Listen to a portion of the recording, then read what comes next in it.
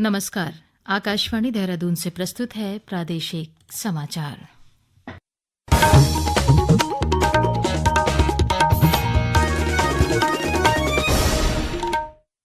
पहले मुख्य समाचार।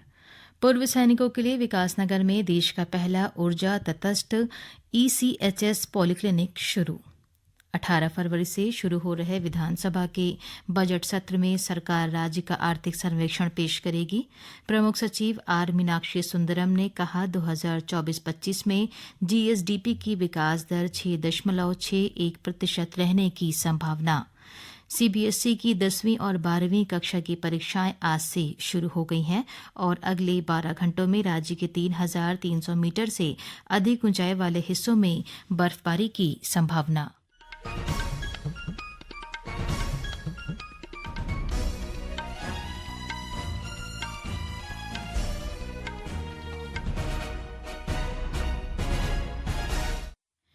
प्रादेशिक समाचारों के साथ मैं योशिता पांडे और अब समाचार विस्तार से। पूर्व सैनिकों, वीर नारियों और उनके परिवारों के लिए स्वास्थ्य सुविधाओं को बेहतर बनाने के उद्देश्य से विकासनगर में नवनिर्मित भूतपूर्व सैनिक अंशदायी स्वास्थ्य योजना ECHS पॉलीक्लिनिक भवन का उद्घाटन किया गया। उत्तराखंड सब एरिया के मेजर जनरल आर प्रेमराज ने इसका लोकार्पण किया। यह देश का पहला ऊर्जा तटस्थ पॉलीक्लिनिक है जहां सौर ऊर्जा और वर्षा जल संचयन प्रणाली जैसे आधुनिक तकनीकों का उपयोग किया गया है। भारतीय सेना, CPWD, जल निगम और UPCL के संयुक्त प्रयासों से यह भवन रिकॉर्ड समय में बनकर तैयार हुआ। उद्घाटन अवसर पर मेजर जनरल प्रेमराज ने कहा कि भारतीय सेना वेटरन्स और उनके परिवारों के कल्याण के लिए प्रतिबद्ध है।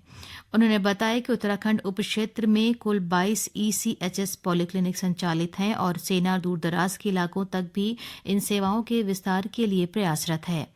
विकासनगर पॉलीक्लिनिक में डेंटल चेयर, कंप्यूटर आधारित एक्सरे प्रयोगशाला, आपातकालीन कक्ष, फिजियोथेरेपी उपकरण, फार्मेसी और 2 चिकित्सा अधिकारी उपलब्ध होंगे। यह केंद्र उत्तराखंड और हिमाचल प्रदेश के लगभग 7,300 पूर्व सैनिकों और उनके परिवारों को सेवा प्रदान करेगा, जिसमें त्यूनी, चकराता, लांघा, सेलाकोई, शिलाई और पांवटा साहिब जैसे दूरदराज के क्षेत्र भी शामिल हैं।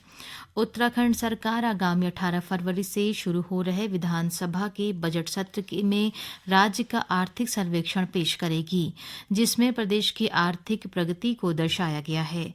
प्रमुख सचिव आर मीनाक्षी सुंदरम ने बताया कि राज्य की अर्थव्यवस्था मजबूती की ओर बढ़ रही है और 2024-25 में सकल राज्य घरेलू उत्पाद GSDP की विकास दर 6.61% रहने की संभावना है। राज्य की GSDP पिछले साल 3,32,000 करोड़ रुपए थी, जो अब 3,78,000 करोड़ तक पहुंचने की उम्मीद है। प्रमुख सचिव ने बताया कि राज्य में विभिन्न क्षेत्रों में उल्लेखनीय वृद्धि दर्ज की गई है। लोक प्रशासन और सेवा क्षेत्र में 13.51%, निर्माण उद्योग में 12.08%, मत्स्य पालन में 9.39% और खनन क्षेत्र में 7.5% की वृद्धि दर्ज की गई है। उत्तराखंड में प्रति व्यक्ति आय में भी उल्लेखनीय वृद्धि हुई है। पिछले वर्ष प्रति व्यक्ति आय 2,46,000 रुपए थी, जो अब बढ़कर 2,76,000 रुपए हो गई है।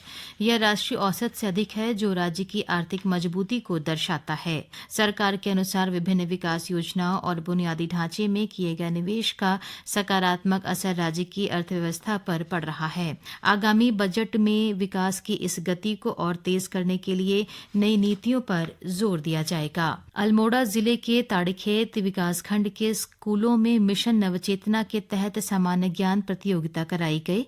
प्रतियोगिता में GSC चौमुधार के 11वीं के छात्र अंकित बिष्ट ने टॉप किया और उन्हें एक दिन का सांकेतिक उप जिलाधिकारी बनाया गया।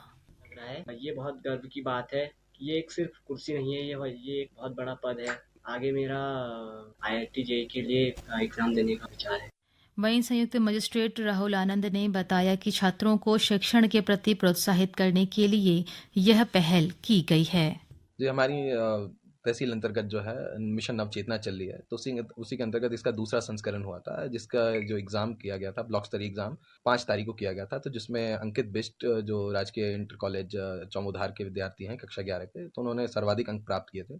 तो इसी क्रम में उनको प्रोत्साहित करने हेतु आज एक दिन का सांकेतिक संयुक्त मजिस्ट्रेट बनाया गया। इसके अलावा जो हमारे दोनों सीनियर और जूनियर वर्ग में प्रथम 2 स्थानों पे जो बच्चे आए थे, उनको शैक्षिक भ्रमण के लिए हमने 8 तारीख को कॉर्बेट नेशनल पार्क भी भेजा था। तो उसी क्रम में आज जो उसके बाद उनको आज तहसील बुलाकर सम्मानित किया गया, प्रशस्ति पत्र, मेडल तथा गिफ्ट्स दिए गए। चूंकि बच्चों के बोर्ड एग्जाम तथा फाइनल एग्जाम आ रहे हैं, तो हमारा कार्यक्रम मार्च के महीने में स्थगित किया जा रहा है ताकि बच्चे अपना एग्जाम पे फोकस करें। इसके पश्चात इसको और भी बड़े रूप में हम चाहेंगे कि अप्रैल महीने से इसको शुरू करें और इसका रूप जो है इसका विस्तार करें हम। उत्तराखंड उच्च न्यायालय के नवनियुक्त न्यायाधीश आलोक मेहरा को मुख्य न्यायाधीश न्यायमूर्ति जी नरेंद्र ने कल पद व गोपनीयता की शपथ दिलाई। न्यायमूर्ति मेहरा के शपथ ग्रहण के बाद उच्च न्यायालय में न्यायाधीशों की कुल संख्या 9 हो गई है। ये समाचार आकाशवाणी के देहरादून केंद्र से प्रसारित किए जा रहे हैं।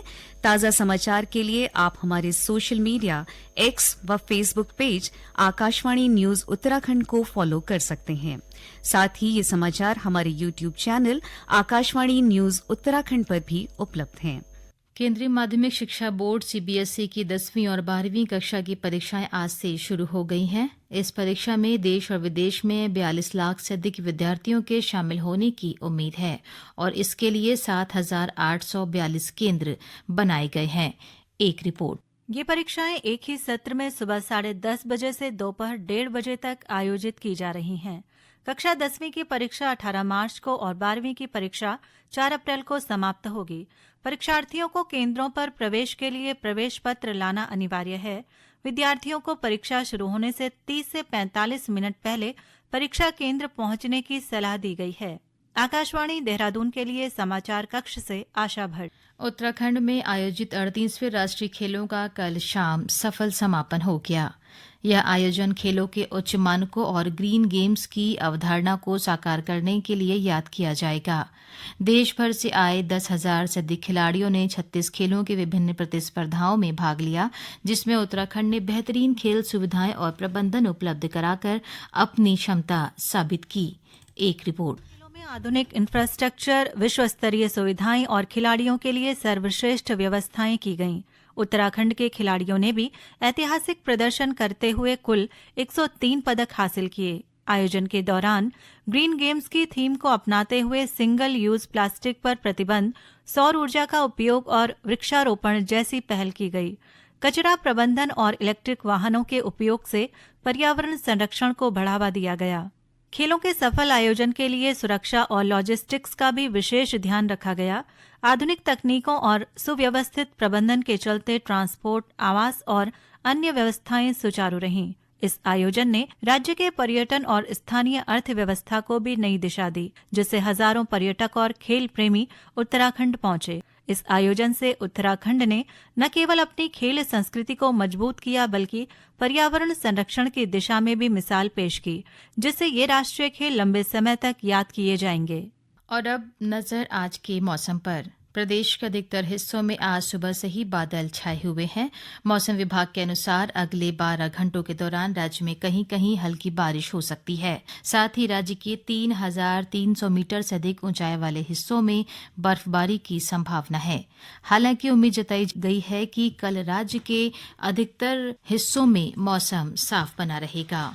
सरकारी स्वामित्व वाले भारत संचार निगम लिमिटेड बीएसएनएल ने वित्त वर्ष 2024-25 की तीसरी तिमाही में 262 करोड़ रुपए का मुनाफा कमाया है।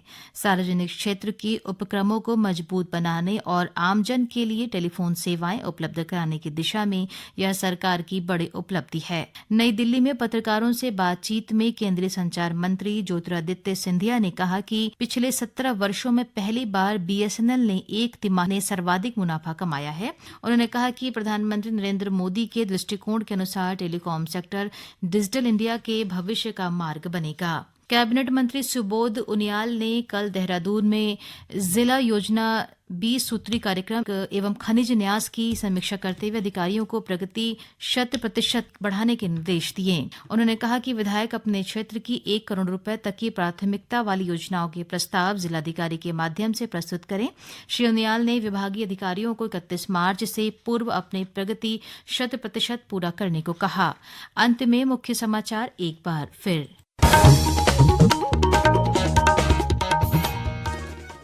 विकासनगर में पूर्व सैनिकों के लिए देश का पहला ऊर्जा तटस्थ ECHS पॉलिक्लिनिक शुरू हुआ।